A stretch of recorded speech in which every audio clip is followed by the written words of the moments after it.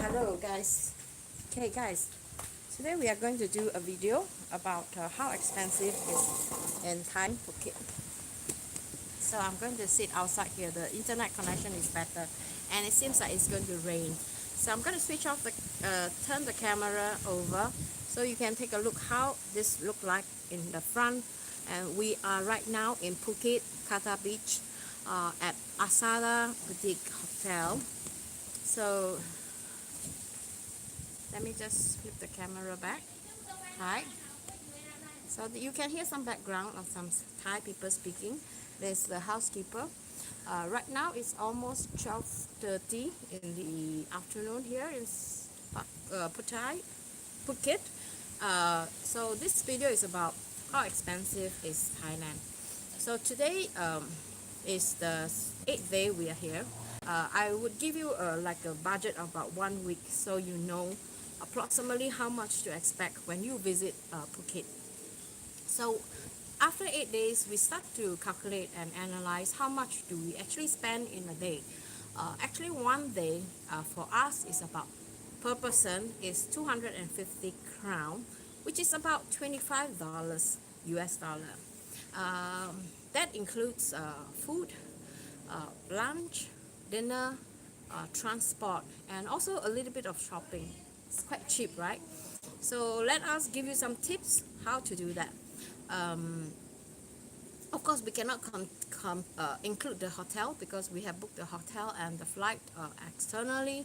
So this is just based on our own opinion and our own experience, how you can do this in a very cheap and comfortable way.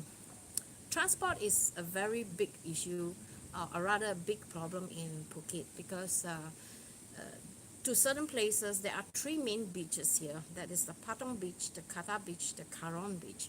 So the Kata Beach is for people who are, who wants to be having a more relaxed phase.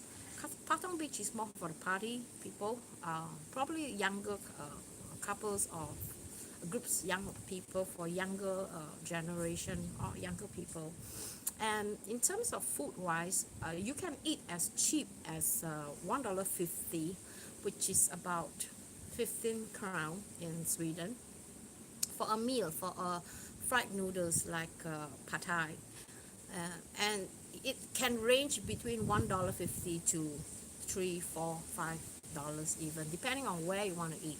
So overall, I would find that the food here is literally very cheap, even though certain restaurant may vary, but it is quite standard. If you notice, like fried noodles and all that, unless you are eating like seafood, fresh fish from the sea, then you have to prepare to pay slightly more. Food wise, I would say you have a varieties of choice. How we could stick on to this budget, which is about $25 a day. Let me just break down. All right, we have breakfast at home, or rather in our hotel, so we save a lot on that. And lunch is probably around $1.50 to $2 if you are just eating a noodle. And then dinner, we usually like to eat like 2-3 different dishes with rice. So usually we have chicken, sometimes meat, sometimes pork, sometimes fish. So it is a variety of choices also in town area. We have tried both the market and the restaurant. We never go to those really posh restaurants because we didn't feel like we have to, because there are so many. We are spoiled with choice, just like in Singapore. You have so many things, so many restaurants and places that you can choose to eat. And of course, some of them you really have to be aware of that some restaurants, they do not have price on the food that they sell or they serve. So you make sure you take a picture on the menu, because it could be that they will change the menu. Let's say you go about 4 o'clock, which is the afternoon price, right? Why I say that, because I noticed they have different price, like in daytime and in nighttime. So you really have to check. And if you just want to make sure, if you can take a picture using your cell phone on the menu if there is price, and then when the bill come, you will see whether it is correct or not, right? So we got scammed, I think 2 times on food. One time, so you can be paying like 20-30 bahts for a small snacks dish that you can bring home to your hotel and eat peacefully. But sometimes, beware, don't give them big notes. Give them the smaller notes, like 100 bahts. If you're buying like 20-30 bahts, give them 100 bahts. You don't give them like 500 bahts, because sometimes when they are busy, there are chances that they might give you the wrong change. So if they give you the change, you make sure you check the change before you leave that place, because after you leave that place, that is your own responsibility. All right, so check on that carefully. We have been scammed in the way that we give people money, and then when they change, because it's quite dark, you can't see the note. $100 and $500, but it's almost similar. The color is almost similar. So you really have to make sure, especially at night. See, all right, carefully. It's not a 500 baht if you're paying just $100 bill.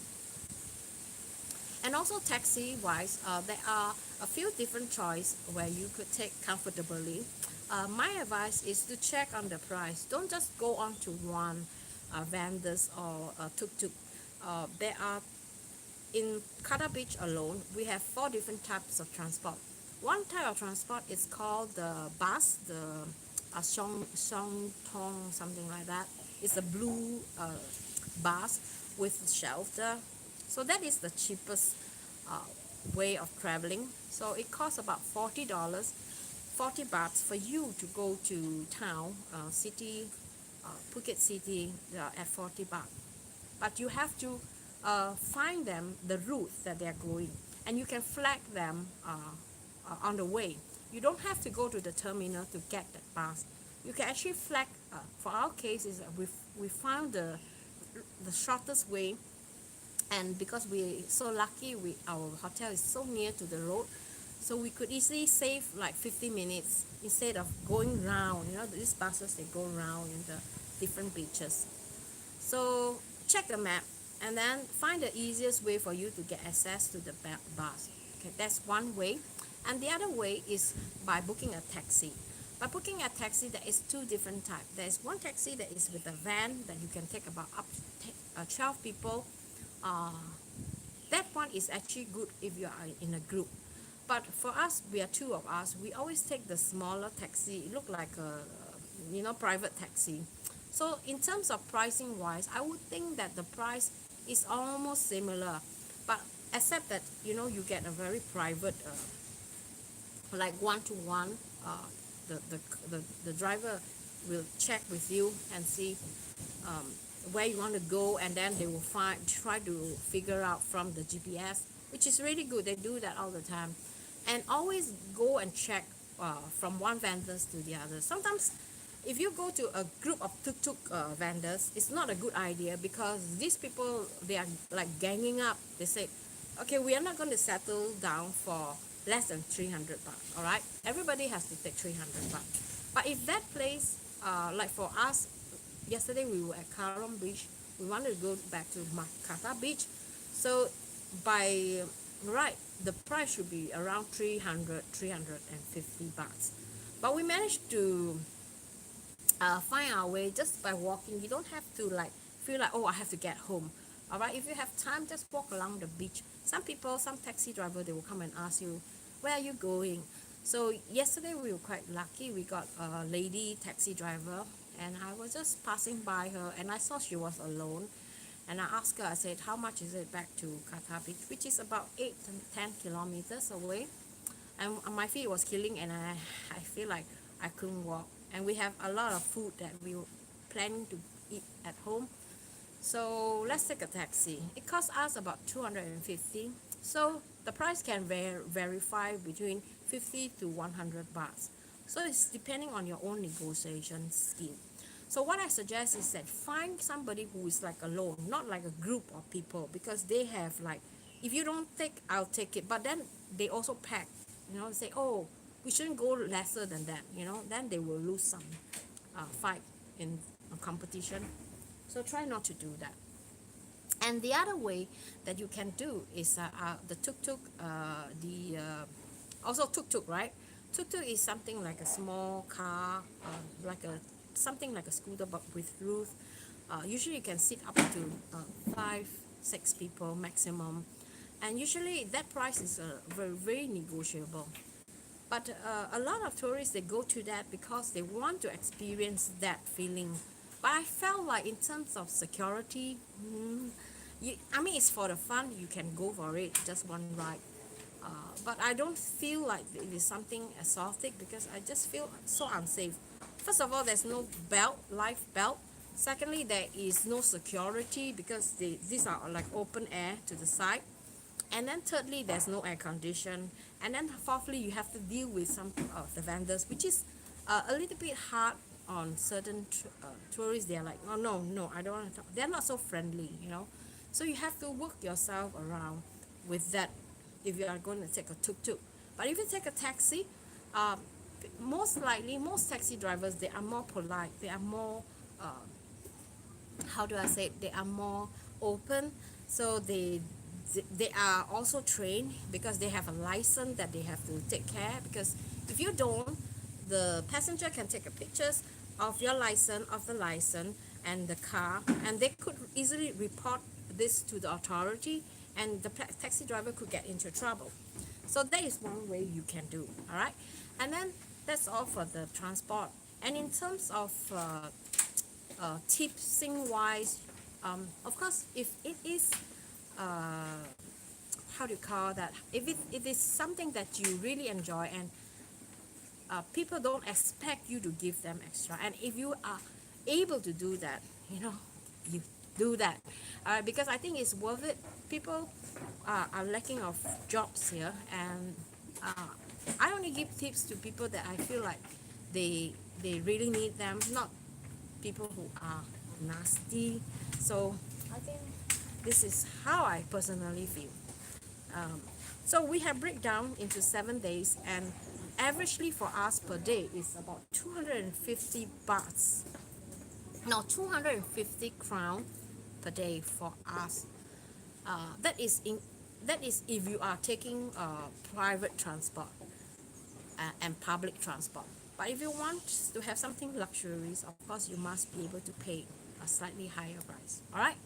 So guys, I hope you guys have a little bit idea and you find this video valuable. Give a thumbs up, and if you are new here, please subscribe, and I hope to see you in my next. See you guys. Now we are off to the beach and we have to go. Bye bye. That's my friend Claire. Bye. Have a nice day. Bye bye.